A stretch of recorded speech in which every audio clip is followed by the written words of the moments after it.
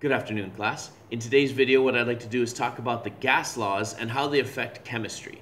So what we've been talking about so far, or primarily in this class, is how to deal with chemical bonds, chemical interactions, chemical reactions, everything that happens basically on the atomic and maybe molecular scale.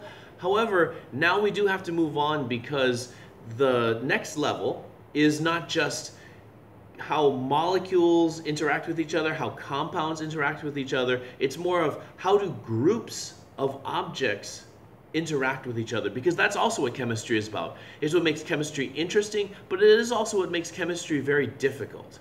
So we will now talk about those things because that is part of chemistry, which will also one day lead to biology as well. So let's talk about the four different gas laws that we have in chemistry, and they are Boyle's law, Charles' law, the combined gas law, and the ideal gas law. Now, what do these all represent? They represent for a fair amount, they represent kind of the same thing, but they're trying to show you different ways of looking at certain types of reactions. So for example, in Boyle's law, it refers quite a bit to the container of whatever the chemical reaction is taking place, or whatever interaction is taking place between the gases. The container is actually really important.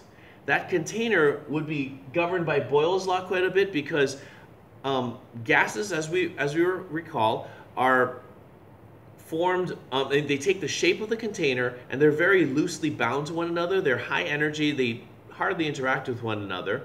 So the thing is, because of that, they're always putting this pressure on the outsides of the container. So like say our container was like a little box like this, the gas particles would be hitting it on all sides at all times pretty much. So you can talk about the pressure and the volume. The pressure and the volume are inversely related. So if I increase the pressure, that would mean it's like me squeezing down on a container.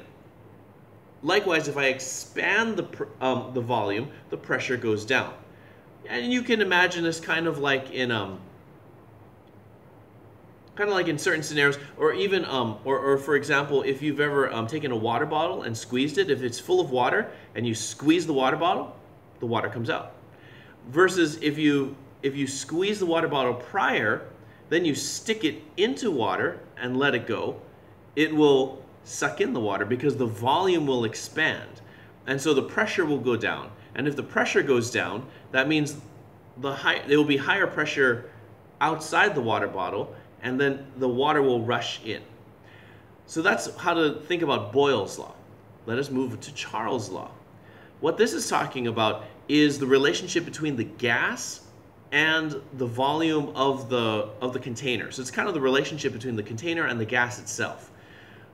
So with Charles' law, basically if I expand the volume and I expand the space in which the gases can be interacting and moving around in, they will feel colder. Their average kinetic energy will go down because they will have farther to go to change direction. They may be hitting the sides and coming back like this, but if there's if that distance is expanded, they're going to go further.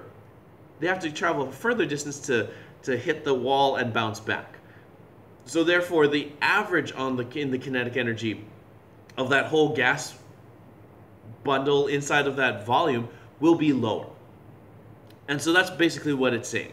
Likewise, if I also squeeze something down, the temperature will go up. So if you can, and of course you can probably imagine this because Kilauea is erupting basically as we speak. So, when the lava expands because it's come up out of the ground, or the lava is coming up out of the ground because it was magma down there. When the lava comes up, it's expanding and cooling.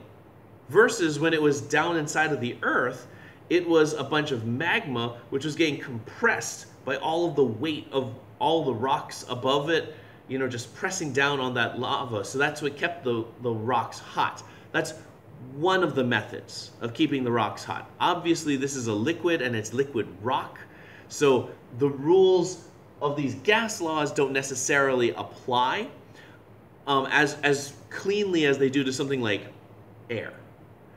But for example, but lava is a good example because it's very visual, and you can see it currently as we speak.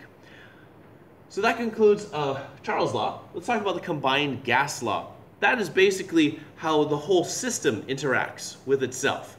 So if I take what it shows is that if I take a container and I've got some gas inside of it and I squeeze it, it will raise the temperature. The temperature will go up, the volume will go, the pressure will go up, the volume will go down, and the temperature will go up, all in an attempt to balance everything, because these two are equal. They have inverse and direct relationships to each other. So if pressure goes up, temperature goes up. Pressure goes up, volume goes down, because pressure and volume are inversely related, and pressure and temperature will be directly related. Now we go on to the one that's a little bit different from everything, the ideal gas law. And the nice thing about the ideal gas law is that in general, it is true for almost all gases in almost all situations. There are some exceptions which are not going to be covered in this level of chemistry. They may be covered in higher levels. For example, in turbulent flow, this ideal gas law doesn't apply. Then the rules of turbulence are what govern what happens in that system. But in a relatively stable container and a relatively stable environment, what you would have is you could talk about what the gas does. So again, pressure and volume are inversely related. So if the pressure goes up, the volume goes down. N is the number of moles.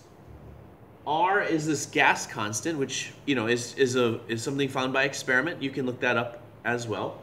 And then the temperature, which we find is as the result of the pressure and volume, will change depending on, and of course, now if I said the pressure goes up and the volume goes down, that would be only if temperature is constant. If the temperature stays constant, then the pressure goes up, the volume goes down.